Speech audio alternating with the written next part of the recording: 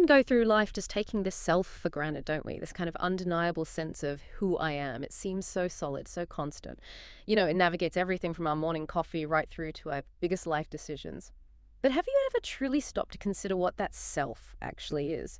Today, we're taking a deep dive into one of the most, well, profound and maybe even a bit counterintuitive ideas from Buddhist philosophy, anatta, the concept of no self. And, if what we call ourselves isn't this permanent, unchanging thing, then a really big question pops up. Who, or maybe what, is actually doing the acting? And maybe even more importantly for you, listening right now, who is truly responsible for those actions? If there's no fixed you in charge. We've looked at some fascinating sources to help unpack this. Our goal is really to give you a clear, practical understanding of this deep idea for your own life. It really is. It's Yeah. a concept that fundamentally challenges our basic assumptions about identity. And it's very often misunderstood. A lot of people hear no self and immediately think it's denying existence, or maybe it's just a philosophical way to get out of being accountable.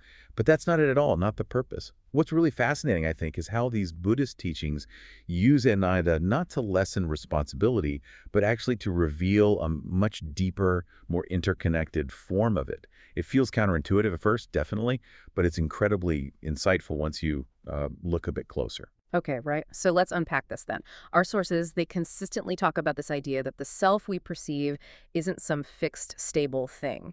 Now, many listeners might know we're heading towards the 5 aggregates, but maybe you could break down what exactly are these aggregates, and more importantly, what do they tell us about the self we usually just assume is there? Precisely. Yeah, for anyone familiar with Buddhist thought, the 5 aggregates, or Tan Kuining 5 in Pali, are central here. And they aren't just, a list of parts. They represent the temporary, constantly shifting components that we mistakenly kind of bundle together into what feels like a single permanent self. So what are they? Well, first, you've got the body, patin the rupa, our physical form. Pretty straightforward. Then, feeling, kunting thong dithin vedana.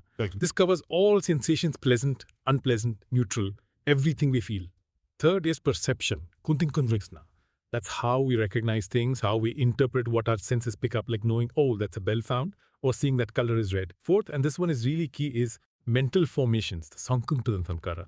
This is where our will, our intentions, our thoughts, habits, those volitional impulses live. It's not just thinking, it's the active doing part of our mind, the part that shapes our responses. Very important for karma, as we'll see. And finally, number 5 is consciousness. That's the awareness itself, the basic faculty of knowing or experiencing. But the real deep dive isn't just listing these. It's really getting our heads around the implication of their impermanence. They are constantly arising, enduring for a moment, and then ceasing, always changing. How does that really reshape how we see this thing we label self? So it's less like a statue and more like a river, constantly flowing, a dynamic process, not a static thing. And I think intellectually that kind of makes sense, but feeling it is harder. Our sources have a great analogy, though, the car comparison. Can you tell us about that? It really helps make it less abstract. Oh, absolutely. It's a perfect way to demystify it. Think about a car, right? A car is made up of thousands of parts: engine, wheels, chassis, seats, wires. No single one of those parts is the car.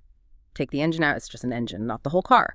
Only when all these bits are assembled and working together do we label the whole thing car and, drive it around. Similarly, what we experience as self isn't some central driver sitting inside. It's this incredibly intricate, complex process.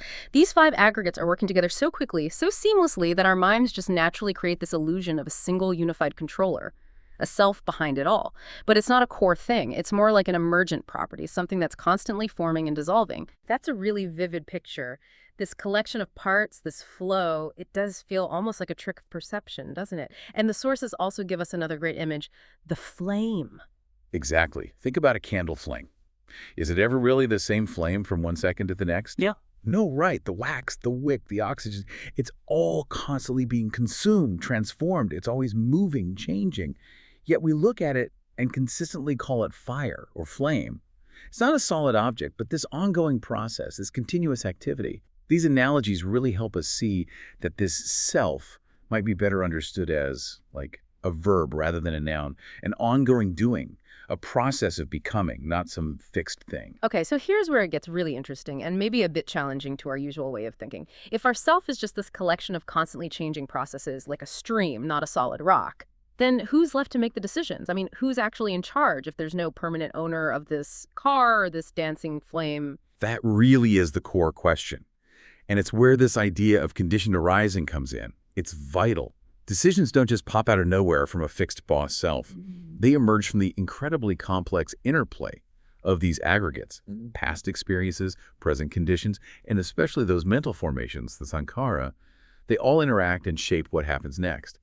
It's less like a puppeteer pulling strings and more like a really complex ecosystem where everything influences everything else, and the decision is just the outcome of that whole dynamic interaction. And remember, within those mental formations is intention. That's the pivot. So this naturally leads us to that critical point. If there's no fixed owner, does that mean zero responsibility? Yeah, and I think that's where a lot of people get tripped up with the nada, right? The immediate jump is, oh, no permanent me, so I'm off the hook. Yeah. It almost sounds like a get out of jail free card, philosophically speaking. So if there's no fixed you to hold accountable, can we just shrug off the consequences? Absolutely not. No. That's precisely what the Buddha identified as a wrong view. It's actually considered quite a dangerous misinterpretation. The Buddha was incredibly clear on this. Even though there's no permanent unchanging self, the results of karma always manifest. Always.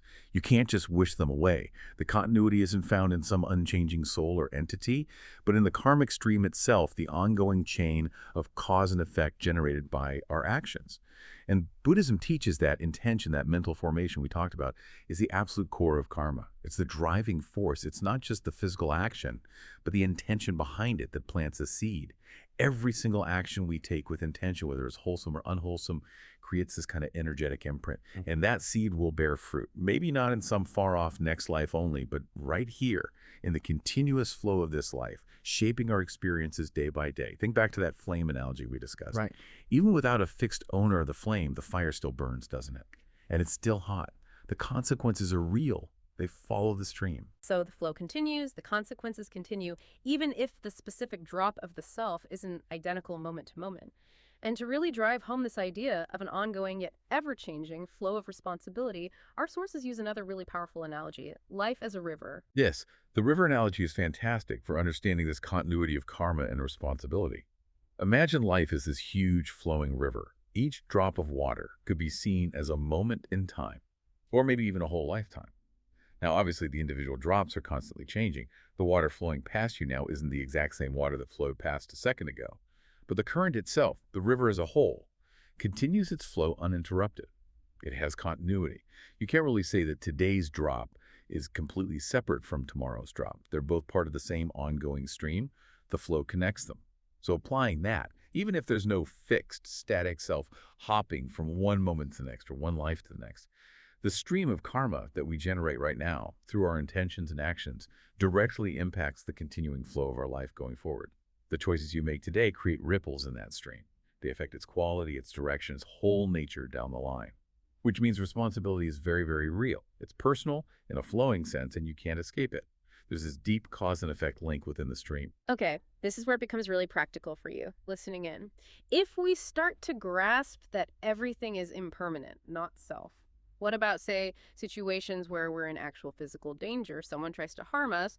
Does understanding anattara mean we just stand there passively? Let it happen because there's no permanent self to protect. That sounds like it could lead to a lot of suffering, and it doesn't seem very helpful for navigating the real world. No, definitely not. That's another common and frankly dangerous misinterpretation. That's not what the teachings advise at all. Understanding anatta shouldn't lead to passivity or apathy, or amorality for that matter. If anything, it actually leads to a greater, more profound sense of responsibility. Why? Because you see the interconnectedness more clearly. You see how your actions, your responses, are part of this larger flow affecting everything. It shifts the focus from just my consequences to something broader, almost like our consequences. It encourages a more mindful, engaged way of being in the world. The teaching, as our sources explain it, is to use mindfulness and wisdom to protect one's life. Why? Because this life, this current existence, is the precious vehicle you have for practice, for cultivating the Dharma. But, and this is crucial, the aim is to protect yourself without the intention to harm others to the point of taking their life, and very importantly, without anger.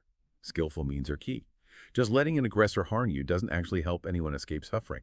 It creates negative karma for them, and it allows the stream of suffering to continue for you. The goal is to do what's necessary, using wisdom and compassion, to preserve the opportunity to keep cultivating the path, to keep cleaning that stream of life, guiding it in a positive direction. Okay, so understanding Anana isn't about ducking responsibility at all. It's almost the opposite. It's about seeing the ripple effects much more clearly, seeing the deep interconnectedness, and then taking skillful, proactive steps to shape that flow positively. So, how does this understanding specifically help us day to day to navigate and, as the sources say, clean this river of life? Well, it really emphasizes the vital role of mindfulness, sati, and wisdom, panna. These are the absolute keys. They're the tools that allow us to see the true nature of these aggregates in action, to recognize, moment by moment, that all these phenomena, thoughts, feelings, sensations, even our sense of self, are impermanent, ultimately unsatisfactory if we cling to them, and fundamentally not self. There's no fixed core there. This practice directly reduces suffering because it dissolves our attachment to this illusion of a fixed self. It lets the stream of karma flow more freely without being constantly blocked or muddied by defilements like greed, hatred, and delusion. When we act with mindfulness, we're not just reacting based on old habits, we are consciously choosing, consciously influencing the current. So going back to that river analogy, our basic duty, you could say, is to actively cleanse this river, how one, by cultivating wholesome actions, kusala kama, actions rooted in generosity, in kindness, and wisdom. This could be as simple as choosing patience over frustration in traffic, or offering genuine help when you see someone struggling. And at the same time, we have to consciously work to block the impurities, those mental defilements, and the unwholesome karma they generate from flowing into the stream in the first place. It's this continuous mindful process of purification and positive action, and it literally transforms the quality of our entire life stream, moment by moment. Wow, what a truly fascinating exploration of Anatta. It really does broaden your perspective on life way beyond just this current moment or this current body. It shows life as this, yeah, endless flowing river. And it really highlights that every single action you take today isn't just isolated. It's not just a blip. It's actively shaping the direction, the clarity, the whole quality of that river for your future. It's understanding that while the drops change, the current is always, in a sense, yours to guide with intention and awareness. Exactly. And maybe the final thought to leave you with, drawing from the sources, is this. If this continuous stream of life, this river, is something you are forever journeying with, inseparable from your past and your future, how could you possibly allow it to become muddy or stagnant? The power and the responsibility to purify that stream moment by moment, it really lies right here with you. That's a powerful thought to carry with you. We really hope this deep dive has given you a fresh perspective on this profound connection between who you think you are and the choices you make every day. Until next time, keep exploring, keep questioning, and keep diving deep into what truly matters.